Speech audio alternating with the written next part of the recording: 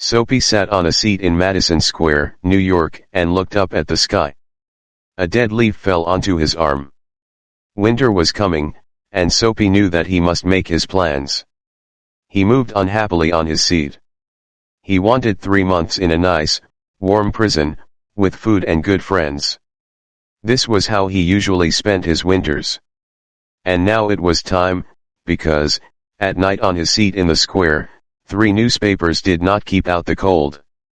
So Soapy decided to go to prison, and at once began to try his first plan. It was usually easy. He ate dinner in an expensive restaurant. Then he told them he had no money and they called a policeman. Nice and easy, with no trouble.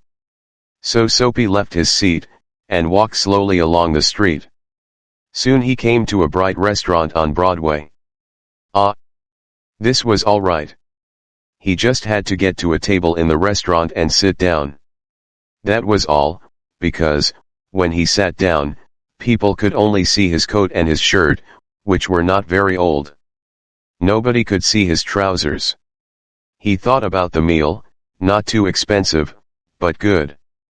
But when Soapy went into the restaurant, the waiter saw Soapy's dirty old trousers and terrible shoes.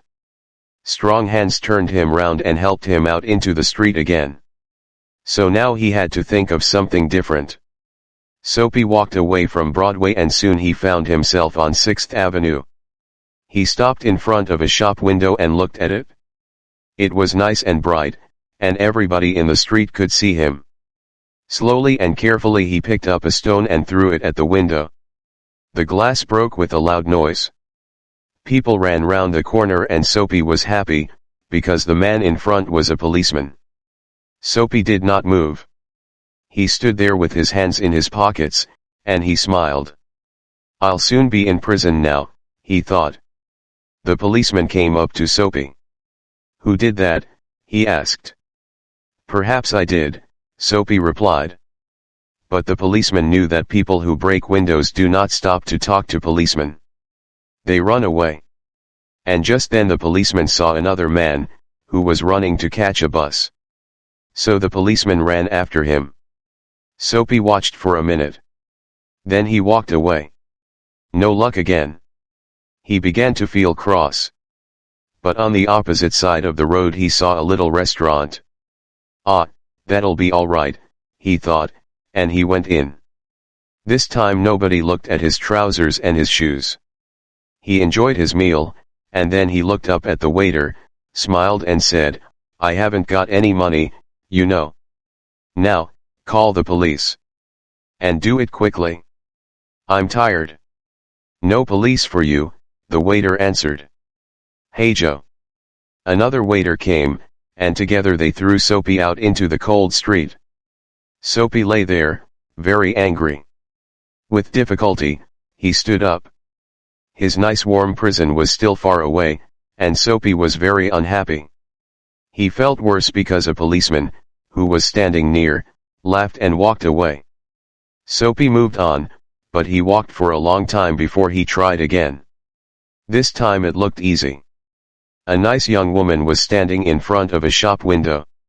Not very far away there was also a policeman. Soapy moved nearer to the young woman. He saw that the policeman was watching him. Then he said to the young woman, with a smile, why don't you come with me, my dear? I can give you a good time. The young woman moved away a little and looked more carefully into the shop window. Soapy looked at the policeman. Yes, he was still watching. Then he spoke to the young woman again. In a minute she would call the policeman. Soapy could almost see the prison doors. Suddenly, the young woman took hold of his arm. Okay, she said happily. If you buy me a drink. Let's go before that policeman sees us. And poor Soapy walked away with the young woman, who still held onto his arm. He was very unhappy. At the next corner he ran away from the woman. Suddenly he was afraid. I'm never going to get to prison, he thought. Slowly, he walked on and came to a street with a lot of theaters. There were a lot of people there, rich people in their best clothes. Soapy had to do something to get to prison. He did not want to spend another night on his seat in Madison Square. What could he do? Then he saw a policeman near him, so he began to sing and shout and make a lot of noise. This time they must send him to prison. But the policeman turned his back to Soapy and said to a man who was standing near, "He's had too much to drink, but he's not dangerous. We'll leave him alone tonight." What was the matter with the police? Soapy was really unhappy now, but he stopped making a noise. How could he get to prison? The wind was cold, and he pulled his thin coat around him. But, just then, inside a shop, he saw a man with an expensive umbrella. The man put his umbrella down near the door, and took out a cigarette. Soapy went into the shop, picked up the umbrella, and, slowly, he began to walk away.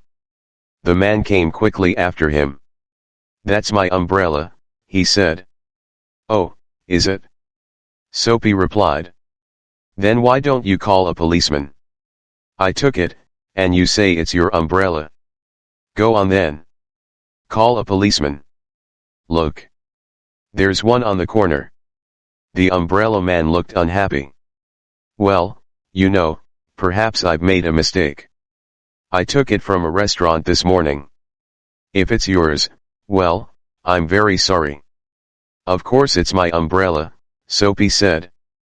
The policeman looked at them and the umbrella man walked away. The policeman went to help a beautiful young girl to cross the road. Soapy was really angry now. He threw the umbrella away and said many bad things about policemen.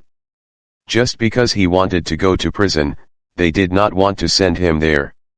He could do nothing wrong. He began to walk back to Madison Square and home, his seat. But on a quiet corner, Soapy suddenly stopped. Here, in the middle of the city, was a beautiful old church. Through one purple window he could see a soft light, and sweet music was coming from inside the church. The moon was high in the sky and everything was quiet. For a few seconds it was like a country church and Soapy remembered other happier days.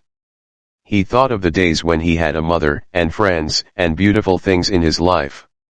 Then he thought about his life now, the empty days, the dead plans. And then a wonderful thing happened. Soapy decided to change his life and be a new man. "Tomorrow," he said to himself, "I'll go into town and find work. My life will be good again. I'll be somebody important. Everything will be different. Soapy felt a hand on his arm. He jumped and looked round quickly into the face of a policeman. "What are you doing here?" asked the policeman. "Nothing," Soapy answered. "Then come with me," the policeman said. 3 months in prison, he told Soapy the next.